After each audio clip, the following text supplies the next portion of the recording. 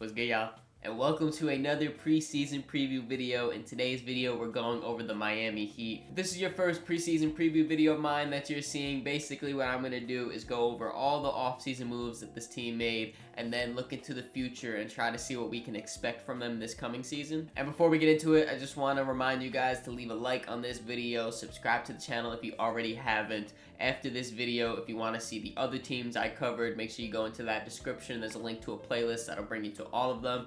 And without further ado, let's take a look at the additions the Miami Heat made this offseason. The Heat were pretty quiet in free agency, but that didn't stop them from improving their roster. They went out and drafted Khalil Ware out of Indiana, and then signed Alec Burks in free agency. I want to start by talking about Khalil Ware because I feel like he could be one of the rookies that make the biggest impact in their rookie season, especially considering he's on a team like the Miami Heat who have competing aspirations. I really like the fact that he can give the Heat a different look at center, being 7 foot with his super long, I think 7'5" wingspan. It gives them a lot of size at that spot instead of a guy like Bam Adebayo, who's, not undersized, but towards the smaller end of the spectrum. And then, of course, when you talk about the actual abilities that Khalil has, defensively, I love his rim protection. He uses his body really great, his length to deter people from going to the rim. Rebounding is there. That's always important as well. And then offensively, I don't expect him to come out here and be this great offensive rookie, but I think that he has the tools to maybe become a pretty good offensive player eventually. The three-point shot, he's very low volume, but it looks good mechanically. The mid-range shot, he even gets to a little bit too. Of course, his athleticism makes him a great lob threat and guy in the pick and roll to run with.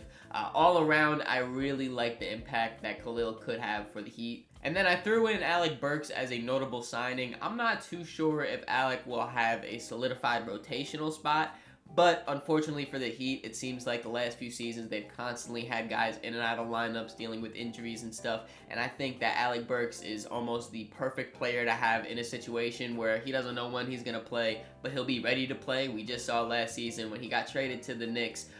He was playing all year with the Detroit Pistons, came to the Knicks, wasn't really playing that much, but then when it came playoff time, when the Knicks were dealing with loads of injuries, he stepped up and played great basketball. So I feel like in a similar situation for the Heat, he could do the same thing where he steps up when a guy goes down and still kind of keeps them afloat or helps keep them afloat. And now that we talked about the guys that the Heat brought in, let's take a look at the guys that they lost this offseason. The Heat didn't have too many losses, but they do have a few notable ones, including Caleb Martin, who signed a new contract with the Philadelphia 76ers, as well as Delon Wright, who signed a new contract with the Milwaukee Bucks. I'm not really too sure how I feel about the loss of Caleb Martin because he was a very important part of this team when they made it to the finals in that run, and then even beyond that, he was a pretty key component to this wing rotation that the Heat have ran. And it seems like, for the last few guys at least, a lot of these undrafted, under-the-radar type of guys that the Heat find, once they leave the Heat, they kind of lose their powers, like they become significantly worse. And I don't know if that's going to happen with Caleb or not, but I feel like the fact that Miami wasn't dying to bring him back kind of makes me think that they think he's going to fall under that mold where his powers are just going to be depleted now that he's not in Miami. We'll take a look at the full roster in a minute, but the Heat have a lot of guys that are kind of that same type of mold of rangy wings, defense first type of guys that can also knock down a shot. They have a bunch of those guys on the roster still, so I'm not too sure the Heat will be desperately missing Caleb Martin. Then when it comes to Delon Wright, I mean, he didn't really play too much for the Heat last season. He came over towards the end of the year on a buyout contract. He played amazing for them in the playoffs, but overall, I don't think they'll be missing him too much. I do think that he is a really good player that fits the Heat role and the Heat mold of type of guys they want on there.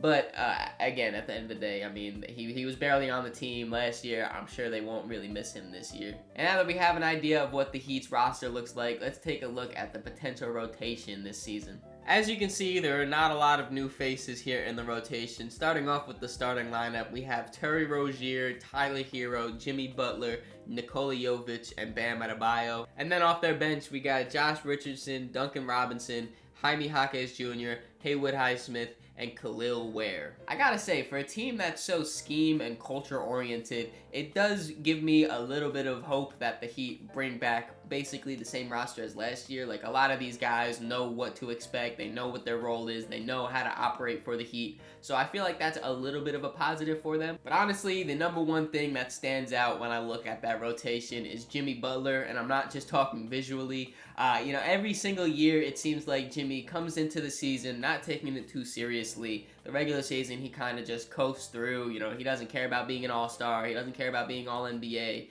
none of that stuff. He just wants to make it to the playoffs, and then once he makes it there, he wants to turn up. We've seen that consistently for the past few seasons now. I'm curious to see if he's going to take that same approach this year, considering he is in a contract year. After this year, he's going to be a free agent. He already said that he's testing free agency no matter what. He's not saying he won't re-sign with the Heat, but he's not going to sign an extension. He's going to become a free agent at the end of this year, and that makes me think he might take it just a little bit more serious. If I'm an opposing GM or even Pat Riley over there in the Heat, I would want to see Jimmy Butler have a productive regular season before I go out there and offer him a contract. I wouldn't want my team to be fine with just coasting and then getting the 6th, 7th, or 8th seed and then having an uphill battle to fight throughout the whole playoffs. I would want to have that high seeding, get a matchup that's favorable to me, and then, have an easier run through the playoffs. And not only looking at it from a contract and free agency perspective, also this season, I think the way the Heat are constructed, they're going to need Jimmy Butler to take it seriously. They're going to need him to come in there and be one of their best players on offense, one of their best players on defense, one of their best players. He is their best player. They need him to act like it throughout the whole regular season if they want a chance of competing. Who knows what would really happen though, because Jimmy is obviously one of those guys that just goes by the tune of his own horn. He will just go do whatever he wants regardless. And I gotta give him a little bit of respect for that for sure. But if I'm the GM or the coach or anyone in the basketball world looking at Jimmy Butler, I would want him to be a little bit more serious. I'm also pretty interested to see what Bam's offensive role looks like. He could be their first option, he could be their third option. I don't really know. I know throughout the Olympics he was showing his range a little bit more, taking more threes. I'm just wondering if he's going to take that to the NBA and do that on the Heat. I mean, the jump shot, it looks like it's there. It looks good. The mid-range game is there. He just kind of expend it a little bit. Just sit in the corner and be able to shoot that Bam. Start off with that at least. And speaking of offensive roles and things like that, we really haven't seen the Heat's 4 best players play together for like any stretch really. Last year when they traded for Terry Rozier, Tyler Hero was dealing with some injuries. Obviously Jimmy Butler towards the end of the year went through injuries. Terry Rozier himself also towards the end of the year was out for the season. And we haven't really seen those 4 guys play together. That's why I'm also kind of interested in where Bam falls into that offensive role, because Terry Rozier and Tyler Hero are both great scorers. So I don't know where he'll fall into the shuffle with that. I don't know how all these guys will play off of each other.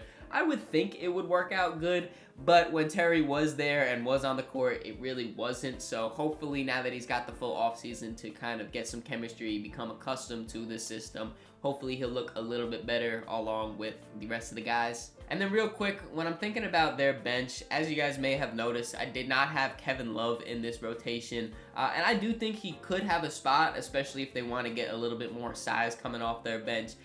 But as of right now, I'm really happy with their wing rotation coming off the bench. Guys like Josh Richardson, Duncan Robinson, Jaime Jaquez Jr., and Haywood Highsmith.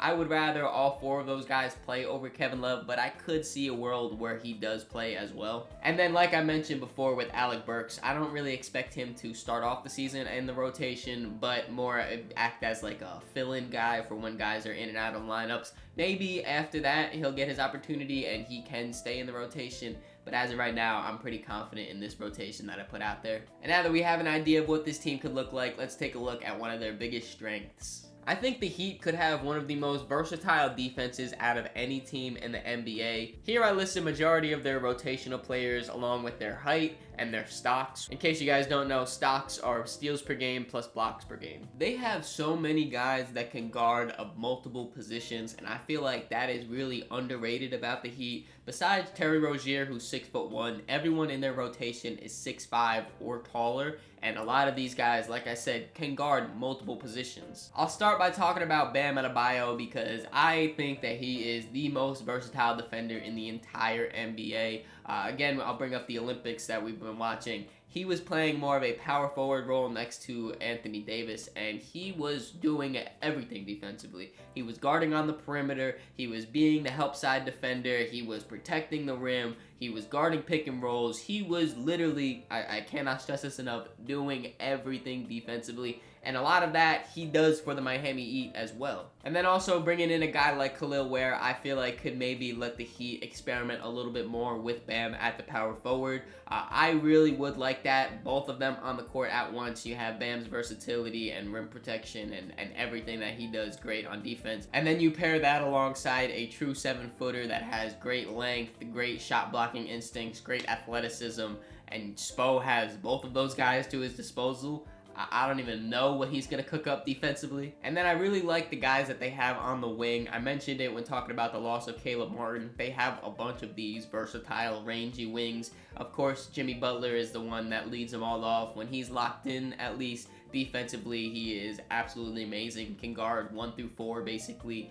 Then Jaime Jaquez Jr., he can guard like some wings, some forwards a little bit as well. Hayward Highsmith can guard like 2 through 4. A bunch of versatile guys. And then even beyond that, they got a guy like Nikola Jovic, who's 6'10", got great length to go and run around on the perimeter like that. He wasn't listed on the graphic right there, but Tyler Hero has pretty good size at 6'5". I know defensively he's not much, but at least the size is there. Duncan Robinson, too, at 6'7", has great size, and I do think that he's improved at least slightly defensively. He's not a lockdown guy, but he isn't as big of a traffic cone as he once was. And then the most important part of it all is they will all be coached by the defensive mastermind of Eric Spoelstra. If you ask me, Spo is the best coach in the NBA, the #1 guy. And his defensive schemes, the zone that he brings out, just all around is going to be incredible. And when you have the personnel that he has right now, I think they could be really, really good defensively. No team is perfect though, so let's take a look at one of their biggest weaknesses. I do think the Heat struggle a little bit when it comes to perimeter shot creation. Here we can see the guys that I would be confident in to create a shot on the perimeter, and that is Jimmy Butler,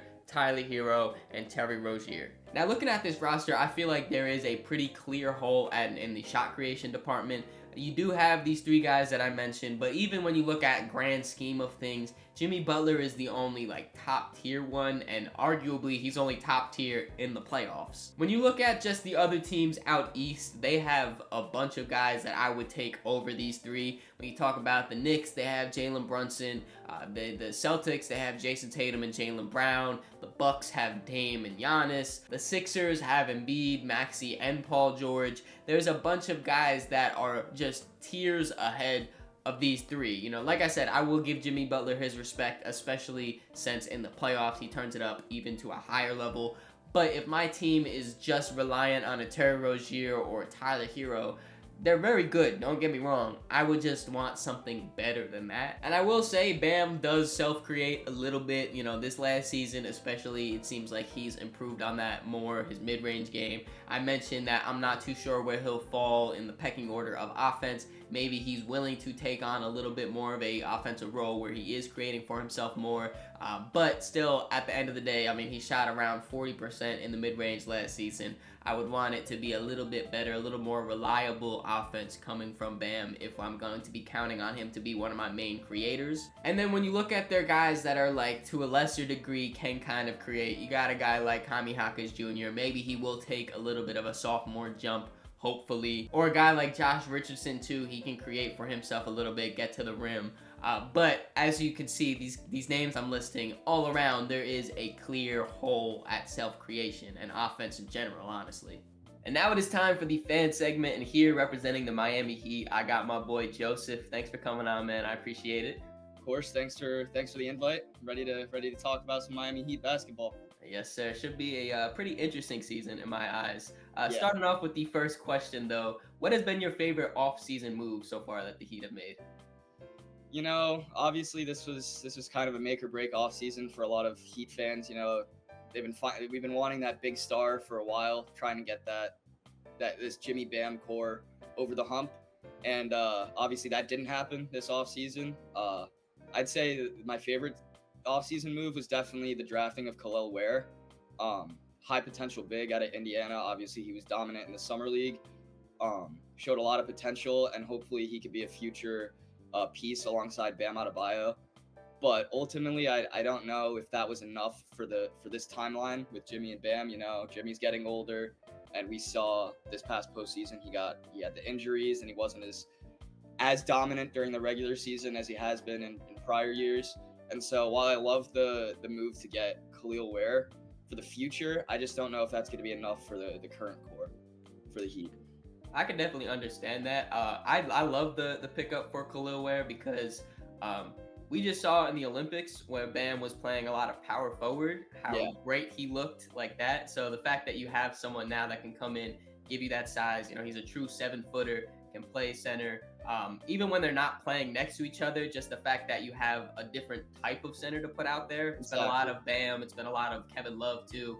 Guys that are not undersized, but leaning more smaller than, you know, for the whole thing. So the fact that you have that just to give a different look, I like that for you guys. And then, for the future, I mean, you know, he has a very high ceiling in my eyes. So I feel like it kind of works a little bit both ways. But also, I want to give a shout out to the former Knick, Alec Burks. I like the signing of him. I don't know if he's going to be like a solidified rotational player, but unfortunately for you guys, it seems like you've been dealing with injuries constantly the last few seasons. So he's one of those guys that always stays ready. And I think in a situation like that, I feel like he'll be able to come out there, hit some shots for you guys, and still be like a quality depth piece, you know?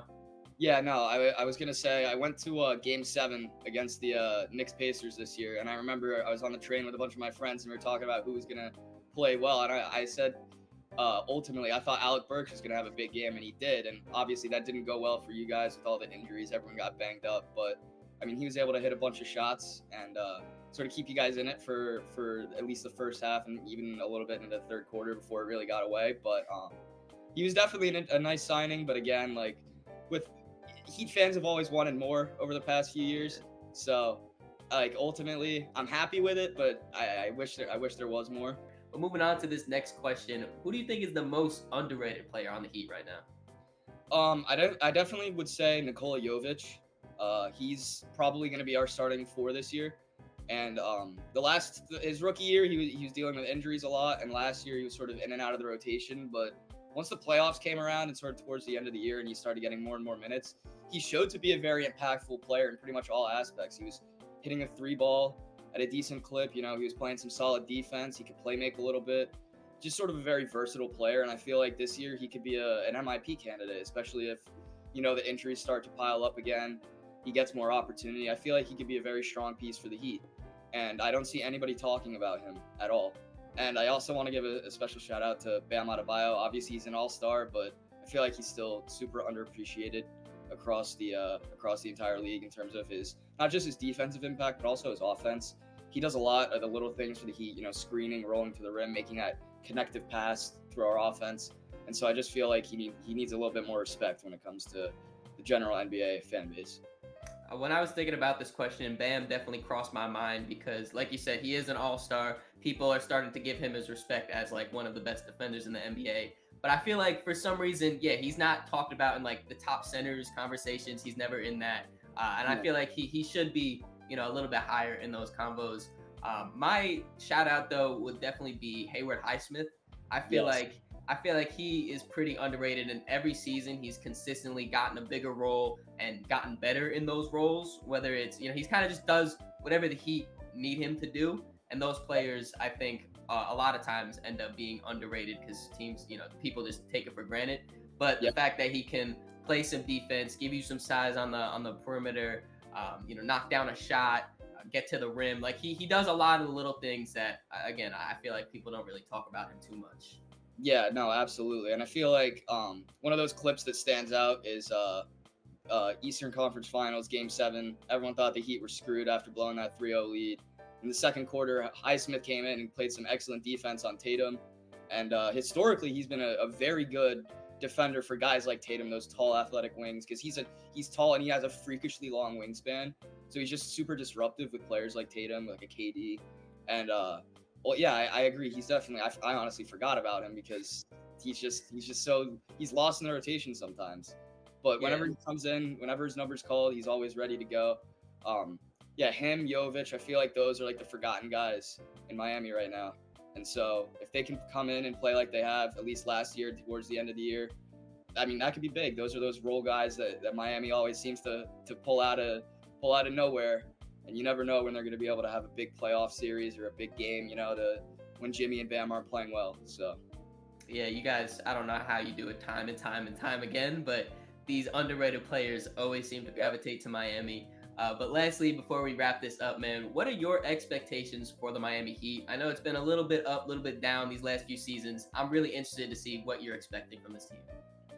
personally, I mean, I feel like our ceiling is Eastern Conference Finals appearance, just depending on how the bracket falls. But I just don't. I think this core is ultimately done unless we got that like third star. So we somehow managed to pry like a Trae Young away from Atlanta with a bunch of picks and some young players. Because ultimately, I feel like in the last couple of years, the East has just improved so much. But I'm never gonna count out the Heat. They time and time again they've been written off, and they've pulled some stuff in the past couple of years against higher seeds. The 2023 Finals run, that absolutely nuclear Jimmy Butler performance against Milwaukee, and so ultimately I feel like anywhere from first round exit to conference finals exit is sort of my expectations, but it just depends on matchups. Like I feel like if we went into a series against any team, I feel like there's a slight chance Miami just always finds a way to play up to their opponents. So again, with Spo, Jimmy, and Bam, there's always a chance in my eyes. No, for sure. Especially that if you got those three, and then the way you guys have been able to just piece together the rest of the roster, you always seem to have some type of chance. I appreciate you coming on though, Joseph. For those of you guys who don't follow him already, in the description, link to his Twitter. Make sure you follow him. Puts out great tweets. Appreciate you coming on, man. I thank you. Yeah, I appreciate the invite. It was great being on here. And go Heat. Go Heat. Can't believe I just said that. That's you crazy. Said that. I made it. And now it is time for the ceiling, floor, and my expectations for the Miami Heat. Starting off with their ceiling, I could see them being as high as the 5th seed. I know I've talked about it a few times in my other Eastern Conference preseason previews, but I feel like there's a pretty clear top tier in the NBA or in the Eastern Conference. It's the Celtics, Knicks, Sixers, Bucks, and then beyond that, there's another chunk, and I feel like the Heat could be the top of that chunk at their best. I just think it would be extremely difficult for the Heat to be better than any of those teams I just mentioned before, at least regular season wise. In the playoffs, I could see, depending on a matchup, depending on health obviously as well, I could see them giving an upset in that 4-5 matchup and making it to the second round. Beyond that, though, it would be very, very difficult to keep their run going. So I do think that their ceiling is a second round exit. When you talk about the floor for the Heat, I could see them being as low as the 8th seed. I already mentioned the top 4 teams that I think, and then in the tier below them, I think they're kind of flirting around in the same range of teams like the Pacers, the Cavs, the Magic, and then in this scenario, they would be at the bottom of that tier in the 8th seed. I do think they would win at least one of their play-in games and make it to the playoffs, but in that scenario, then they would have a really tough first-round matchup with a top-tier team. And I don't think they would pull off the 1-8 upset or the 2-7 upset. So that means that at their floor, they are a first round exit. And I know this is weird, but my expectations for the Heat are their floor. And I know that sounds really, really weird. Usually your floor is the absolute lowest you can go. But I feel like that just shows more the tiers of the Eastern Conference. It is a clear top 8 teams, and it is a clear bottom 7 teams. When I look at this Heat roster, I really just don't think it matches up with a lot of the other Eastern Conference teams.